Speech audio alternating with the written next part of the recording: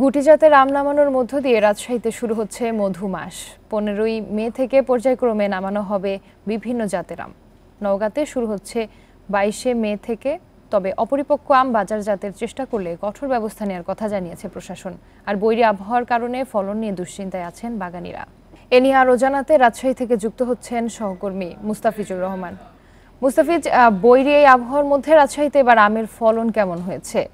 আর কাল থেকেই তো আম পাড়া শুরু হচ্ছে, সেক্ষেত্রে অপরিপক্ক আম বাজারজাত ঠেকাতে নজরদারি কতটা সম্ভব?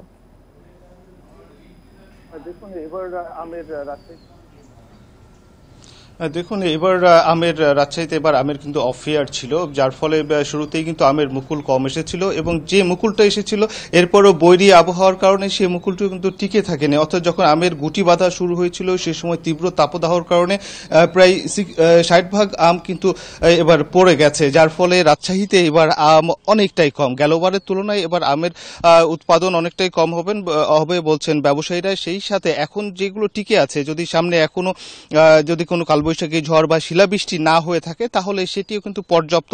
কিন্তু এই জাতীয় যদি প্রাকৃতিক কোনো দুর্যোগ আবারও চলে আসে তাহলে হয়তো আম ব্যবসায়ীদের এক প্রকার বলা যেতে পারে যে ধস নামতে পারে বা নামার সম্ভাবনা রয়েছে।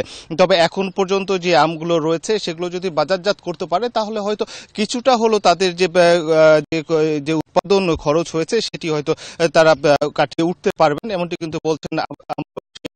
রাজশাহীতে এইবার আগামীকাল থেকে কিন্তু রাজশাহী জাতের আম সেটি নামানোর একটি নির্ধারণ করেছে জেলা প্রশাসক। তবে রাজশাহীর যে 9টি জেলা রয়েছে, 9টি উপজেলা রয়েছে, সেই 9টি উপজেলার মধ্যে আমরা দেখেছি যে এখানকার যে ব্যবসায়ীরা ছিলেন তারা মিশ্র প্রতিক্রিয়া ব্যক্ত করেছেন। কারণ এক এক জেলায় কোথাও বিশেষ করে বাঘা চারঘাট এলাকায় সেখানে আমের এখনো পর্যন্ত তারা যেটি বলছেন যে আটিটি শক্ত হয়নি, অর্থাৎ আগামীকাল যদি আমগুলো তারা নামায় সেটি হবে অপরিপক্ক।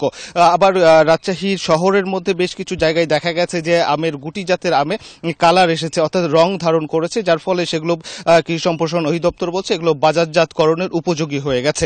তো এই ধরনের প্রতিক্রিয়া নিয়ে এখন পর্যন্ত আমরা যেটা দেখেছি যে এবার যেহেতু আমের পরিমাণ কম রয়েছে, অর্থাৎ এখানে অসাধু সিন্ডিকেট ব্যবসায়ী যারা রয়েছেন তাদের একটি চক্র থাকবে বলে কিন্তু একাধিক গোয়েন্দা সংস্থা বলছে, যেটি আইন শৃঙ্খলা বাহিনীর কমিটিতে বিষয়টি উত্থাপিত হয়েছিল যে সিন্ডিকেটটি থেকে হয়তো আমের দাম, যেহেতু এবার আমের উৎপাদন কম, আমের দামটি একটু বাড়বে, এটি স্বাভাবিক। কিন্তু এখানে যে সিন্ডিকেট আছে সেটি হয়তো আমের দামটি আরো কয়েক গুণ বৃদ্ধি করে দিতে পারে, এই জাতীয় কিন্তু একটি চক্র বা সিন্ডিকেট রয়েছে, এটি কিন্তু আইন শৃঙ্খলা বাহিনী বলছে। আর কৃষি সম্প্রসারণ অধিদপ্তর যে বিষয়টি বলছে, তারা এইবার আমের লক্ষ্যমাত্রা নির্ধারণ করেছে 2,60,315 মেট্রিক টন এবং তারা বলছেন যে প্রাকৃতিক কোনো দুর্যোগ যদি না আসে তাহলে হয়তো তাদের যে কাঙ্ক্ষিত লক্ষ্যমাত্রা সেটি অর্জন করা সম্ভব হবে। এবং এখন পর্যন্ত যে আমগুলো রয়েছে সেই আমগুলো যদি টিকে থাকে তাহলে কৃষক গেলবারের মতো হয়তো লাভবান হবে না, কিন্তু তাদের যে উৎপাদন খরচ হয়েছে সেটি থেকে হয়তো তারা কাটিয়ে উঠতে পারবেন, এমনটি বলছিলেন যে রাজশাহী যারা আম চাষি বা আম ব্যবসায়ীরা রয়েছেন। জি, রাজশাহী থেকে জানাচ্ছিলেন সহকর্মী মুস্তাফিজুর রহমান।